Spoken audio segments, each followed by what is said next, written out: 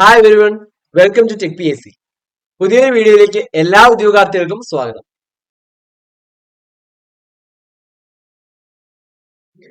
അപ്പൊ ധാരാളം ഉദ്യോഗാർത്ഥികൾ കാത്തിരിക്കുന്ന ഒരു പോസ്റ്റാണ് Kerala water authority operator post എന്ന് പറയുന്നത്.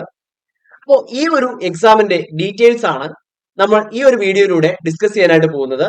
എത്രത്തോളം ആയിരിക്കും നമ്മുടെ competition level, previous advice details എങ്ങനെയായിരുന്നു, എത്രത്തോളം വേക്കൻസീസ് നമുക്ക് പ്രതീക്ഷിക്കാം തുടങ്ങിയ കാര്യങ്ങളെല്ലാം ഈ ഒരു വീഡിയോയിലൂടെ നമുക്ക് ഡിസ്കസ് ചെയ്യാം. അപ്പോ ഞാൻ നേരെ വീഡിയോയിലേക്ക് കടക്കുകയാണ്.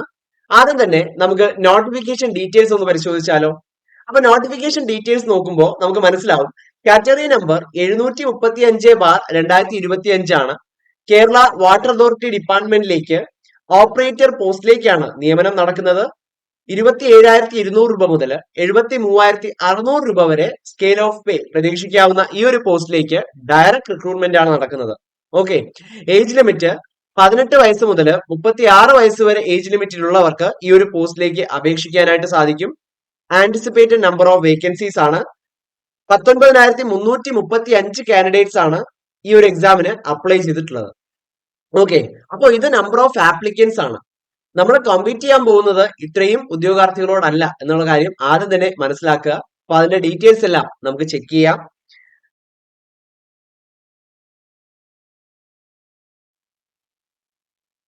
അപ്പോൾ ഈ ഒരു പരീക്ഷയുടെ ക്വാളിഫിക്കേഷൻസ് നമ്മൾ പരിശോധിക്കുകയാണെങ്കിൽ ഒന്നാമതായിട്ട് പറയുന്നത് നിങ്ങൾ എസ് എൽ സി പാസ്സായിരിക്കണം എന്നുള്ളതാണ്.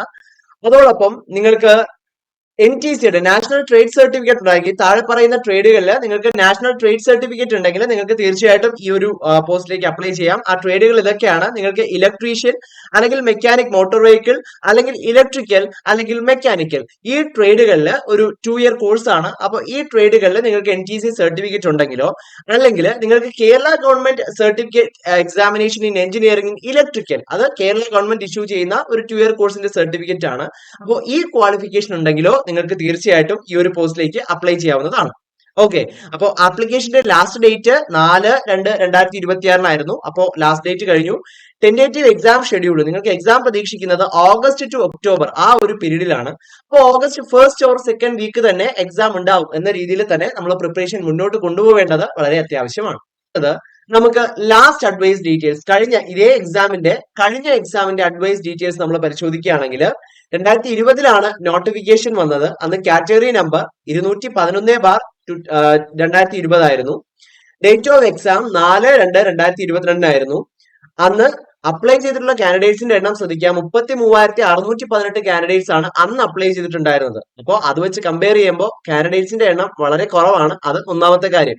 ഓക്കെ, ഇനി ഡേറ്റ് ഓഫ് റാങ്ക് ലിസ്റ്റ് 7/2/2023 ആണ്. മെയിൻ ലിസ്റ്റിൽ ഉണ്ടായിരുന്നത് 1051 കാൻഡിഡേറ്റ്സ് ആണ് മെയിൻ ലിസ്റ്റിൽ ഉണ്ടായിരുന്നത്. അന്ന് കട്ട് ഓഫ് മാർക്ക് 44.67 മാർക്കായിരുന്നു. OMR എക്സാമിന് ലഭിച്ച മാക്സിമം മാർക്ക് എന്ന് പറയുന്നത് 82.33 ആണ്. ലാസ്റ്റ് അഡ്വൈസ് നടന്നത് 7/2/2026 ടോട്ടൽ ഈ ഒരു റാങ്ക് ലിസ്റ്റിൽ നിന്നും 599 അഡ്വൈസുകളാണ് ഇതുവരെ നടന്നിട്ടുള്ളത്. റാങ്ക് ലിസ്റ്റ് ഇപ്പോൾ ലൈവ് അല്ല, റാങ്ക് ലിസ്റ്റ് എക്സ്പയർ ആയി കഴിഞ്ഞു. ഓക്കെ, അപ്പോൾ ഇനി നിയമനം നടക്കുകയാണെങ്കിൽ അത് പുതിയ വരാനിരിക്കുന്ന റാങ്ക് ലിസ്റ്റിൽ നിന്നായിരിക്കും നടക്കുക എന്നുള്ള കാര്യം പ്രത്യേകം ശ്രദ്ധിക്കുക. അപ്പോൾ ഇതിൽ നമ്മൾ പ്രധാനമായിട്ടും നോക്കാനുള്ളത് നമ്പർ ഓഫ് ആപ്ലിക്കൻസ് നോക്കുക, നമ്പർ ഓഫ് അഡ്വൈസുകൾ നോക്കുക. 599 അഡ്വൈസ് ആണ് ഈ ഒരു റാങ്ക് ലിസ്റ്റിൽ നിന്ന് നടന്നിട്ടുള്ളത്. അപ്പൊ ഇനി വരാനിരിക്കുന്ന എക്സാമിലും നമുക്ക് 500 കുറയാതെ അഡ്വൈസുകൾ തീർച്ചയായിട്ടും പ്രതീക്ഷിക്കാം. ഓക്കെ, അപ്പോൾ കൃത്യമായിട്ട് പ്രോപ്പറായിട്ട് നമ്മൾ പ്രിപ്പറേഷൻ മുന്നോട്ട് കൊണ്ടുപോവുകയാണെങ്കിൽ തീർച്ചയായിട്ടും നിങ്ങൾക്കും ഈ ജോലി ലഭിക്കുമെന്ന കാര്യത്തിൽ യാതൊരു സംശയമില്ല. അപ്പൊ നമുക്ക് പ്രിപ്പറേഷനായിട്ട് എന്തൊക്കെ പഠിക്കണം എന്നതാണ് അടുത്ത ചെക്ക് ചെയ്യാനായിട്ട് പോകുന്നത്. അപ്പൊ പ്രധാനമായിട്ടും നമുക്ക് 14 മൊഡ്യൂൾസ് ആണുള്ളത്. അപ്പൊ ഓരോ മൊഡ്യൂൾസും അതിന്റെ വെയിറ്റേജും ഞാനൊന്ന് വായിക്കാം. ആദ്യത്തെ മൊഡ്യൂൾ ഫണ്ടമെന്റൽസ് ഓഫ് ഇലക്ട്രിസിറ്റി ആണ്. 15 മാർക്കിന്റെ ചോദ്യങ്ങളാണ് പ്രതീക്ഷിക്കാവുന്നത്. അടുത്തത് ഇലക്ട്രോസ്റ്റാറ്റിക്സ് ആൻഡ് ഇലക്ട്രോ മാഗ്നറ്റിസം, 5 മാർക്കിന്റെ ചോദ്യം. ഓക്കെ, മൊഡ്യൂൾ 2 തൊട്ട് മൊഡ്യൂൾ 10 വരെയും 5 മാർക്കിന്റെ വെയിറ്റേജ് ആണ് നൽകിയിട്ടുള്ളത്.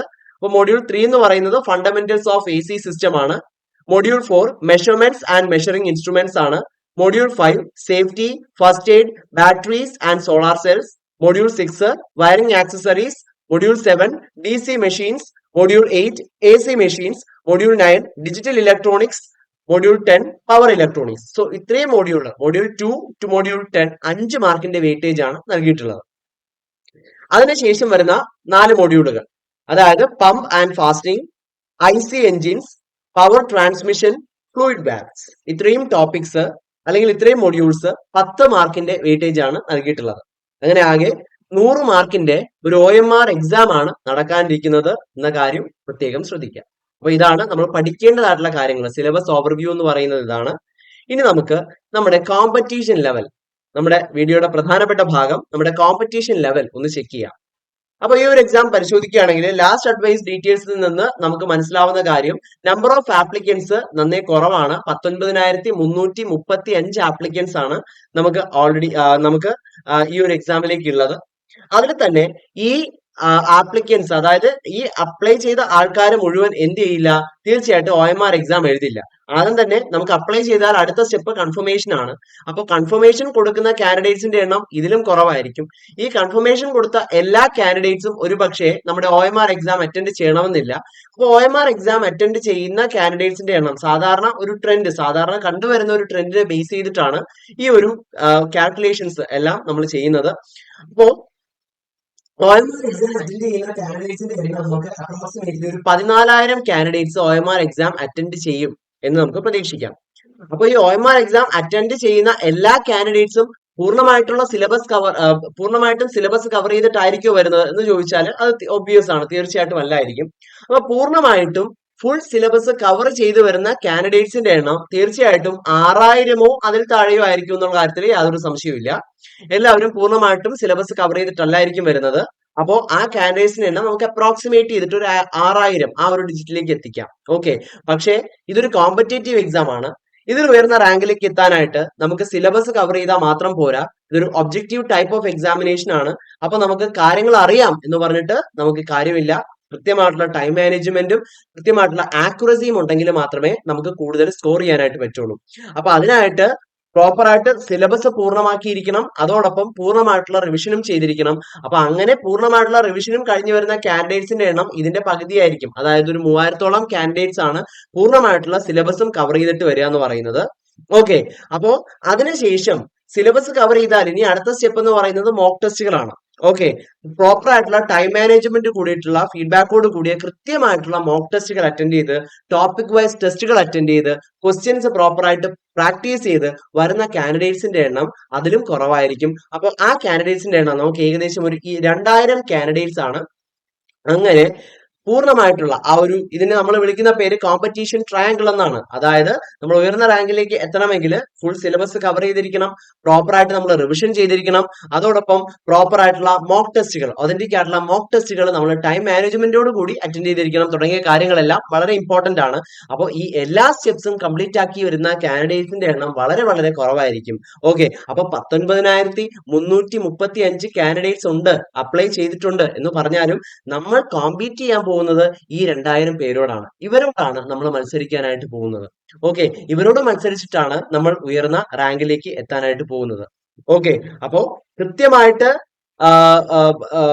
സിലബസ് കവർ ചെയ്ത്, റിവിഷൻ പ്രോപ്പർ ആയിട്ട് ചെയ്ത്, മോക്ക് ടെസ്റ്റുകൾ അറ്റൻഡ് ചെയ്ത്, കൃത്യമായിട്ടുള്ള മെന്റർഷിപ്പോട് കൂടി, കൃത്യമായിട്ടുള്ള ഒരു ധാരണയോട് കൂടി ഈ എക്സാമിനെ അപ്രോച്ച് ചെയ്യുന്ന കാൻഡിഡേറ്റ്സിന്റെ എണ്ണം 2,000-നും താഴെയായിരിക്കും. ഓക്കെ, അപ്പോൾ ഈ കാൻഡിഡേറ്റ്സിനോടാണ് നമ്മൾ മത്സരിച്ചിട്ട് റാങ്ക് നേടാനായിട്ട് പോകുന്നത്. അതിൽ തന്നെ നമുക്ക് അറിയാൻ സാധിക്കും, കഴിഞ്ഞ അഡ്വൈസുകളും എല്ലാം നമ്മൾ പരിശോധിക്കുമ്പോൾ തീർച്ചയായിട്ടും 500-ൽ കുറയാതെ അഡ്വൈസുകൾ ഈ ഒരു റാങ്ക് ലിസ്റ്റിൽ നിന്നും തീർച്ചയായിട്ടും പ്രതീക്ഷിക്കുന്നുണ്ട്. അപ്പൊ അങ്ങനെ നോക്കുകയാണെങ്കിൽ വളരെ തുച്ഛമായിട്ടുള്ള കാൻഡിഡേറ്റ്സിനോട് മത്സരിച്ച് ആ ഒരു 500 പേരിൽ ഒരാളായിട്ട് മാറാനായിട്ട് പ്രോപ്പർ ആയിട്ടുള്ള ഗൈഡൻസും പ്രോപ്പർ ആയിട്ടുള്ള പ്രിപ്പറേഷനും ഉണ്ടെങ്കിൽ എല്ലാവർക്കും സാധിക്കും എന്നുള്ള കാര്യത്തിൽ സംശയമില്ല.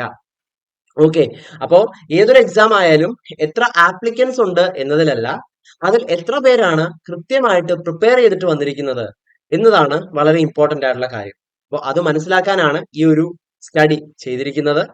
ഇനി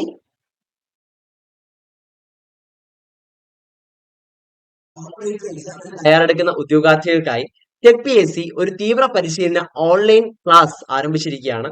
അപ്പോൾ ഈ ഒരു കോഴ്സിന്റെ പ്രധാനപ്പെട്ട പ്രത്യേകത എന്ന് പറയുന്നത്, മുൻ വർഷങ്ങളിലെ വിജയികളെ സൃഷ്ടിച്ചിട്ടുള്ള അതിവിദഗ്ധരായ അധ്യാപകരാണ് ഇത്തവണയും ക്ലാസ്സുകൾ നയിക്കുന്നത്. പൂർണ്ണമായും സിലബസ് ബേസ്ഡ് ആയിട്ടുള്ള ലൈവ് ക്ലാസ്സുകളും റെക്കോർഡഡ് സെഷൻസും നിങ്ങൾക്ക് എക്സാം തീയതി വരെയും ലഭിക്കും. അതോടൊപ്പം ഫുൾ സിലബസ് ബേസ്ഡ് ആയിട്ടുള്ള ക്യാപ്സ്യൂൾ നോട്ട്സും മറ്റ് സ്റ്റഡി മെറ്റീരിയൽസും PDF ഫോർമാറ്റിൽ നിങ്ങൾക്ക് ലഭ്യമാകും. ഡൗൺലോഡബിൾ ആയിട്ടുള്ള PDF ഫോർമാറ്റിൽ നിങ്ങൾക്ക് ലഭ്യമാകും. ഡൗട്ട് ക്ലിയറൻസിനും മെന്റർഷിപ്പിനുമുള്ള അവസരങ്ങളും തീർച്ചയായിട്ടും ഉണ്ടാവും. ടോപ്പിക് വൈസ് എക്സാമുകൾ ഫീഡ്ബാക്കോട് കൂടിയ ഡീറ്റെയിൽഡ് ആയിട്ടുള്ള എക്സ്പ്ലനേഷനോട് കൂടിയ ടോപ്പിക് വൈസ് എക്സാമുകൾ അറ്റൻഡ് ചെയ്യാനുള്ള അവസരങ്ങളും അതോടൊപ്പം ഫുൾ സിലബസ് ബേസ്ഡ് ആയിട്ടുള്ള ഫീഡ്ബാക്കോട് കൂടിയ മോക്ക് ടെസ്റ്റുകൾ അറ്റൻഡ് ചെയ്യാനുള്ള അവസരങ്ങളും തീർച്ചയായിട്ടും ഈ ഒരു കോഴ്സിലൂടെ നിങ്ങൾക്ക് ലഭിക്കും. അപ്പം ഈ ഒരു കോഴ്സിലേക്ക് ജോയിൻ ചെയ്യാൻ ആഗ്രഹിക്കുന്നവർക്കും ഈ ഒരു കോഴ്സിനെ പറ്റി എന്തെങ്കിലും സംശയങ്ങൾ ഉള്ളവർക്കും തീർച്ചയായിട്ടും സ്ക്രീനിന്റെ താഴെ കാണുന്ന നമ്പറിൽ ഞങ്ങളെ കോൺടാക്ട് ചെയ്യാവുന്നതാണ്. സോ ഈ ഒരു പരീക്ഷയ്ക്ക് തയ്യാറെടുക്കുന്ന എല്ലാ ഉദ്യോഗാർത്ഥികൾക്കും ടെക് PSCയുടെയും വിജയാശംസകൾ അറിയിക്കുകയാണ്. Thank you.